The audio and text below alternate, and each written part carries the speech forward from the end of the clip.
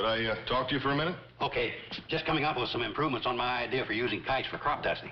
Instead of kites, we send up a whole flotilla of balloons full of insecticide. Now, when they get up there 400 or 500 feet, we puncture them with a blast from a shotgun. And in addition to this, we sell advertising space on each balloon. I'll take it up to the next board meeting of the Carson Elliott Enterprise.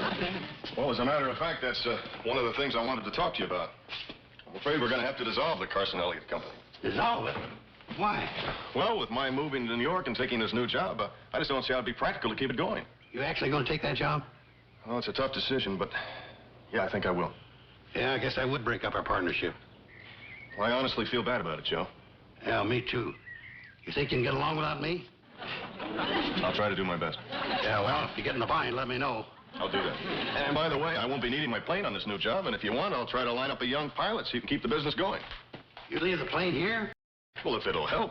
We've built up some pretty good accounts here in the valley, and all you need is someone to fly the plane. Well, that's no problem. I can get a guy to do that.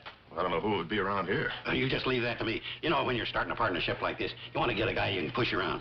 Oh, you know, I mean a congenial guy, one you can get along with. Well, you have someone like that in mind? Made to order. And he can fly a plane? No, but any dummy can learn to do that. Thanks. Don't mention it. I'll go check him out now.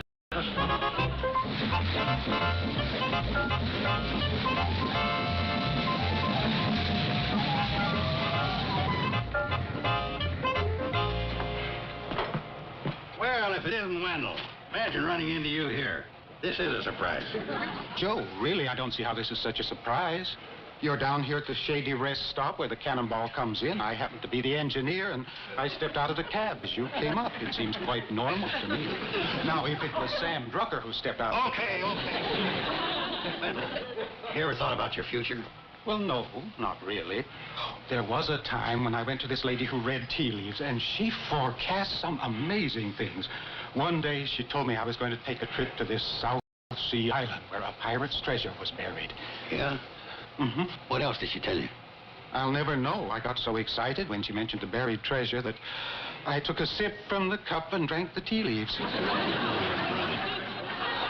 Wendell, when I'm talking to you about your future, I mean your line of work. Right now, you're engineer on the Cannonball. Where do you go from here?